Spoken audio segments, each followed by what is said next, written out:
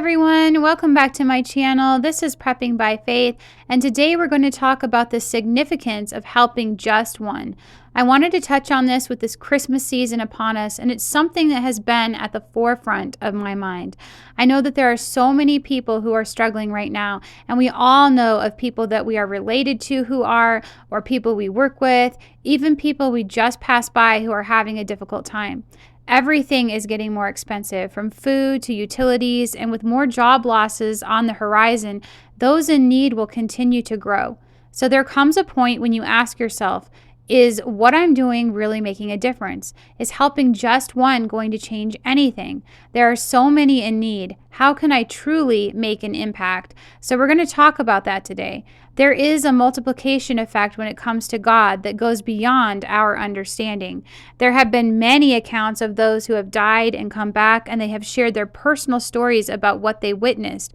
There was a story I had read about a woman who had paid for another's groceries behind her because she didn't have enough to cover it. This woman that she helped later went on to work for a shelter, helping many others. This is just one example of how something that we think is seemingly insignificant can help to inspire someone else to do an even greater act of kindness. There is a ripple effect that takes place when we are generous. It doesn't have to be monetary either. There have been so many other examples. Another is the story of a teen reaching out to someone who was being picked on and later finding out that the child had decided to commit suicide that day, but because he had reached out, the boy had made a decision not to go through with it. We need to understand that even if we believe buying someone a meal, offering a kind word or a smile, or praying with someone isn't enough, that is not true in the slightest. We have a very real enemy, Satan, and he will do everything in his power to make us believe that what we are doing isn't enough, that we aren't helping enough, and that we should stop altogether. If only we could see the bigger picture and realize just how one small act of kindness can brighten someone else's life, we would all feel compelled to do them even more. You never know who is watching what you're doing either. If you are a parent, you know that you are an example before your children, and we should do our best every day to teach them to be kind and generous. But sometimes when you do something for someone else, it can inspire others around you who witness that act to do something as well. Can you imagine how much we could accomplish in this life if every person tried to do something kind each and every day? Yes, there are so many dark things happening in this world, but wouldn't it be amazing if by our doing this, we started hearing more stories about goodness and triumph? We are in charge of what we think, what we choose to do, and how we choose to respond in every situation. So for those of you who wonder why you should help someone in need when no one has ever done anything for you, it's time to gain a new perspective. Jesus told us in Matthew 5, verse 44, "But I say to you, love your enemies, bless those who curse you, do good to those who hate you, and pray for those who spitefully use you and persecute you." We are supposed to also do unto others as we would have them do unto us, not repay them evil for evil. Do you know why that is? Because when you pray for an enemy or still do something kind for them, you are not just doing it for them. You are still being an example of Christ, yes, but it is also doing something for you.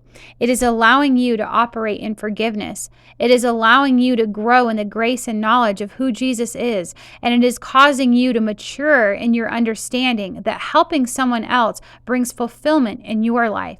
You don't know how that one act of kindness will cause that other person to change their opinion about God or Jesus. It's one thing to talk about these things, and it's a whole other ballgame to put them into practice and try to live that example. Do you have to subject yourself to abuse? Absolutely not. But you can still love someone at a distance. You can still pray for them that the eyes of their understanding would be opened. You can still reach out in a small way if you feel led to. And you can still speak blessings over their lives, even when they do not do the same to you in return. That is truly letting Christ work through you, because human nature wants to get back at someone who has inflicted pain upon you. Human nature wants you to return a negative word. Human nature wants you to lash out in anger. It's a daily battle to overcome these things and try to be more like Christ. I used to be one that didn't believe in handing money out to the homeless because I thought they would just spend it on booze or drugs. But I'm learning that is something I need to work through. Are there other ways to bless them too? You bet.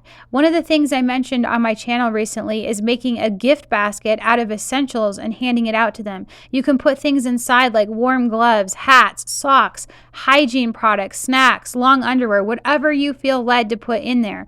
You can offer to buy them a hot meal or even just hand them one from a drive-thru.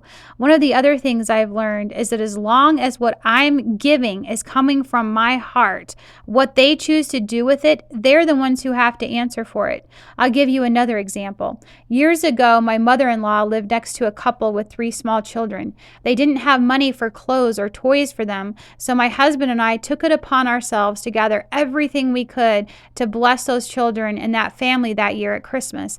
They were thrilled to get it. Well, my mother-in-law later found out that they actively scam the government for money and squander it on themselves rather than their children. I was angry at first, but I realized that I still sowed into their lives and the lives of their children.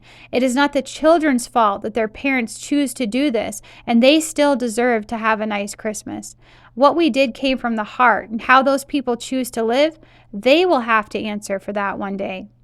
We need to be led by the Spirit and not the flesh, striving every day to do what we feel the Lord has impressed upon us. There are so many ways we can help those around us who are in need, and like I've said many times, it doesn't have to always be monetary. If you missed my video titled, "This is Most Important," I will link it for you in the description box below so you can discover other ways of helping out that aren't monetary. We are all blessed with so much, even if we can't always see it at first. Living with a grateful heart and doing our best to help our fellow man is what we are called to do. That old saying, "every little bit helps," is so true, and I want to encourage each of you to live your lives that way every day, not just at Christmas time. Understand that your little bit has a much larger impact than you can ever realize, and don't be discouraged if it isn't as significant as you would like it to be. In just helping one, there is significance, and you are making a difference. I pray that you are all blessed exceedingly abundantly above all you could ask or think. And if this message has encouraged you today, please like, share, and subscribe. And remember to pray, prep, and put God first. God bless.